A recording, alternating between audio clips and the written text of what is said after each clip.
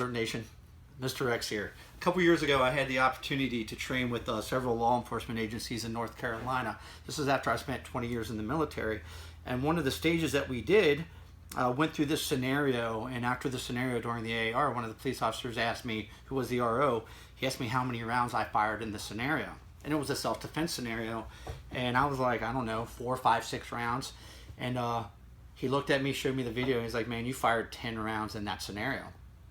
Well, if that was a real life scenario and I defended myself and the police officer got a statement from me and I told him that I fired 4 or 5 rounds and they found 10 shell casings on the ground that all came from my pistol, probably appeared that I'd be lying in that situation. The whole point of this video is, what do you do after the fight? And you know, the main thing that me and XP001 was talking about earlier is, number one, know the laws, know the regulations in your state. But after that, you really don't need to give police officers a statement. You know, you can tell those police officers, you know, and there's nothing against this, I'd like to speak to a lawyer. Pretty much the only thing that should honestly come out of your mouth, you know, if you want to give a statement, is, I fear for my life. Because anything that you say can be held, you're going to be held accountable for, and it could be held against you. So you might think that you knew what was going on and you might want to give a statement to basically defend your actions, but the best thing to do is wait a day, calm yourself, and basically don't give a statement at all. After the confrontation happens and it's a you know, you happen to use your firearm, you know, and those police officers are called, hey, what's your demeanor? You know, what are you going to look like, or how are those police officers going to perceive you?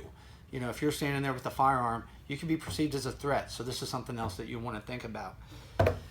Hey, all you ZERT members that are law enforcement officers, if you have any ideas or suggestions, you know, go ahead and comment below, and let fellow ZERT members, especially, you know, in your individual states, what those laws, what those regulations are, because we don't know everything, and we appreciate your support, but we also appreciate your knowledge and your experience and your intel.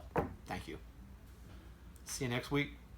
The ZERT Membership Pack is your gateway to a worldwide organization dedicated to building a safe and trained community armed with the proper mindset to see you and your family through to safety.